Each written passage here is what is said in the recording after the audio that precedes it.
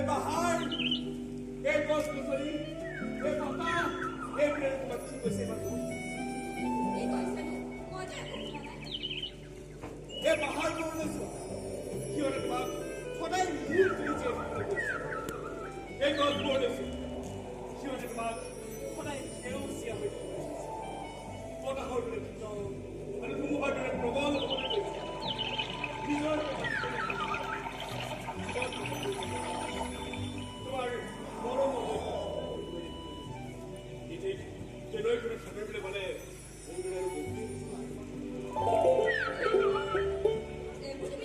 মনৰ দুৱাৰটো একাষাৰে বহু সময় তাত কোনোবাই লগ কৰিছে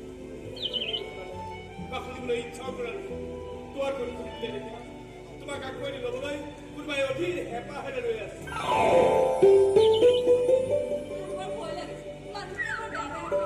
সাহস আছে যদি কওকচোন কোনোবাই বেয়াকে। সিদিনাই মই তাৰ মৃত্যু খন্দা হৈছিল। কিনিব লাগিছিল ইমানেই মৰম চোৱা